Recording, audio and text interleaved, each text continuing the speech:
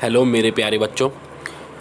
देखो स्टूडेंट्स, हमने acceleration, displacement, distance, velocity, speed इनको डिस्कस कर लिया था। अभी हमको क्या डिस्कस करना है? देखो हमारे 3 टॉपिक रह गए हैं। एक तो ग्राफ्स, एक रह गई है इक्वेशंस ऑफ मोशन और थर्ड टॉपिक रह गया है यूनिफॉर्म सर्कुलर मोशन। ये 3 टॉपिक मोशन वाले चैप्टर में रह गए हैं और न्यूमेरिकल्स हैं इक्वेशंस ऑफ मोशन पे, तो वो उनकी रिवीजन अपने करते हैं। देखो ग्राफ्स वाला जो टॉपिक है वैसे तो बहुत सिंपल है, लेकिन शुरू शुरू में ये क्या है, बच्चों को थोड़ा सा समझना मुश्किल लगता है, ठीक है। लेकिन एक बार समझ आ जाए ना तो कोई प्रॉब्लम नहीं है। इसमें क्या आपको बेसिक नॉलेज होनी चाहिए मैथमेटिक्स की, क्योंकि ग्राफ्स वगैरह हम किस में अपलोड करते हैं, मैथमेटिक्स में। और मैथमेटिक्स फिज़िक्स का टूल होता है, तो उसका यूज़ तो फिज़िक्स में होगा ही होगा, ठीक है। तो क्या करना है, डिस्टेंस टाइम ग्राफ बनाना है, वेलोसिटी टाइम ग्राफ बनाना है, एक्सेलरेशन टाइम ग्राफ बनाना है। उसकी अलग अलग सिचुएशंस को अपने स्टडी करना है। अब देख लो पहला ग्राफ, देखो इसमें बना नहीं हुआ जो, पहले वो बता दूँ। देखो मैं आपको एक सिचुएशन दे रहा हूँ। मैं बोल रहा हूँ कि कोई पार्टिकल रेस्ट पे है। अगर वो रेस्ट पे है तो उसका डिस्प्लेसमेंट टाइम ग्राफ बनाओ। तो ग्राफ कैसे बनेगा, देखो ग्राफ कैसे बनेगा। एक मिनट, मैं ये यहाँ पे एक्सिस बना रहा हूँ मैं, ठीक है। एक्सिस बना दी, ये रही एक्स एक्सिस, ठीक है, और ये वाई एक्सिस है। एक्स एक्सिस पे मैं टाइम ले लेता हूँ, ठीक है। इधर मैं टाइम ले लेता हूँ, इधर मैं टाइम ले लेता हूँ, टाइम।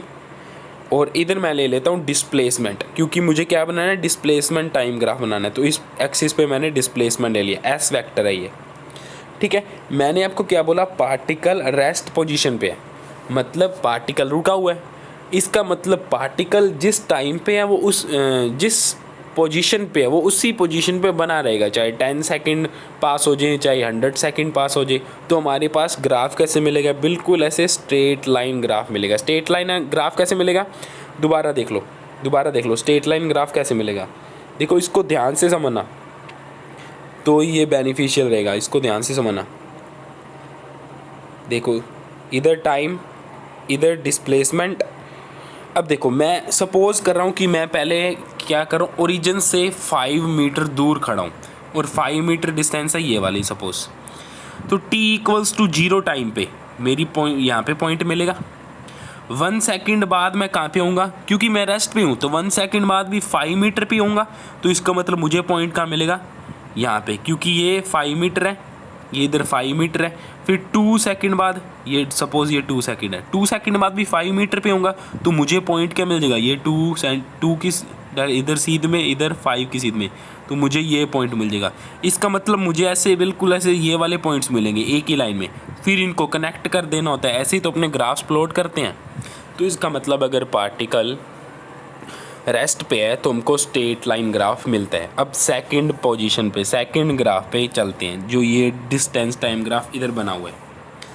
ये क्या है, ये देखो इसमें बोला है when body moves with uniform speed then we get straight line graph, ठीक है। ये थोड़ी टेढ़ी स्ट्रेट लाइन है, ठीक है। तो ये कैसे मिली, अब इसको समझते हैं। अब देखो मैंने आपको बोल दिया, क्वेश्चन आ गया कि पार्टिकल यूनिफॉर्म स्पीड से चल रहा है। यूनिफॉर्म स्पीड का मतलब पार्टिकल की स्पीड चेंज नहीं हो रही है। मतलब अगर पार्टिकल पहले 10 मीटर पर सेकंड की स्पीड से चल रहा है तो वो लगातार 10 मीटर पर सेकंड की स्पीड से ही चलता रहेगा। मैं यहाँ पे बोल रहा हूँ स्पीड चेंज नहीं होगी, लेकिन उसकी डिस्टेंस तो चेंज होगी ना। देखो मैं बाइक चला रहा हूँ, मैंने क्या किया, मैंने अपनी स्पीड कांस्टेंट कर दी कि मैं 40 किलोमीटर पर आवर मैंने स्पीड बांध दी कि मैं ना तो 40 से ऊपर कर रहा स्पीड, ना कम कर रहा। तो मेरी स्पीड यूनिफॉर्म होगी, लेकिन मैं डिस्टेंस तो लगातार ट्रैवल करता जा रहा हूँ ना। हाँ ये बात अलग है कि मैं सेम टाइम इंटरवल्स में सेम ही डिस्टेंस ट्रैवल करते जाऊँगा। अगर पहले घंटे में मैंने 40 किलोमीटर ट्रैवल किया है तो दूसरे घंटे में भी 40 ही ट्रैवल करूँगा, तीसरे घंटे में भी 40 ही ट्रैवल करूँगा, क्योंकि मेरी स्पीड यूनिफॉर्म है, मैं स्पीड चेंज नहीं कर रहा। ये मतलब होता है यूनिफॉर्म स्पीड का, मतलब स्पीड चेंज नहीं हो रही है, डिस्टेंस तो चेंज होगी, क्योंकि स्पीड का मतलब ही क्या होता है, 1 सेकंड में कितनी डिस्टेंस कवर कर रहे हैं अपने। तो इसका ग्राफ कैसे बनेगा, ये देखो ये एक्सिस बना ली। अब इधर मैंने क्या लिया, क्योंकि डिस्प्लेसमेंट टाइम ग्राफ बना रहे हैं या डिस्टेंस टाइम ग्राफ बना रहे हैं, तो इधर डिस्टेंस ले ली, इधर मैंने टाइम ले लिया। सपोज़ t=0 टाइम पे मैं ओरिजिन पे हूँ, तो ये रहा ओरिजिन पे हूँ। उसके बाद मेरी स्पीड तो यूनिफॉर्म है, तो मेरी स्पीड सपोज़ कितनी है, 5 है, 5 मीटर पर सेकंड है। तो 1 सेकंड में मैं कितनी स्पीड ट्रैवल कर रहा हूँ, कितनी डिस्टेंस ट्रैवल कर रहा हूँ, 5 मीटर। तो ये 1 सेकंड बाद मैं 5 मीटर पे पहुँच गया, ये 5 मीटर है, तो मुझे ये पॉइंट मिलेगा इसकी सीध में, ये मिल गया। सिमिलरली क्योंकि स्पीड अब चेंज नहीं हो रही, तो दूसरे सेकंड में भी मैं 5 मीटर ही ट्रैवल करूँगा, तो ये दूसरा सेकंड के लिए ये सेकंड। अब 5 मीटर और ऊपर मैं चला जाऊँगा, तो मुझे पॉइंट कहाँ मिल जाएगा, यहाँ पे, ठीक है। इन पॉइंट्स को जब कनेक्ट करेंगे तो मुझे क्या मिलेगी, स्ट्रेट लाइन मिलेगी। तो इसका मतलब जब पार्टिकल यूनिफॉर्म स्पीड से मूव करता है तो डिस्टेंस टाइम ग्राफ कैसे आता है, बिल्कुल स्ट्रेट लाइन, ठीक है, स्ट्रेट लाइन। ये पिछले वाले में ऐसे रेस्ट वाली हॉरिजॉन्टल स्ट्रेट लाइन आई थी, इसमें ऐसे ये टिल्टेड वाली स्ट्रेट लाइन आई है, ठीक है। I think you understand it.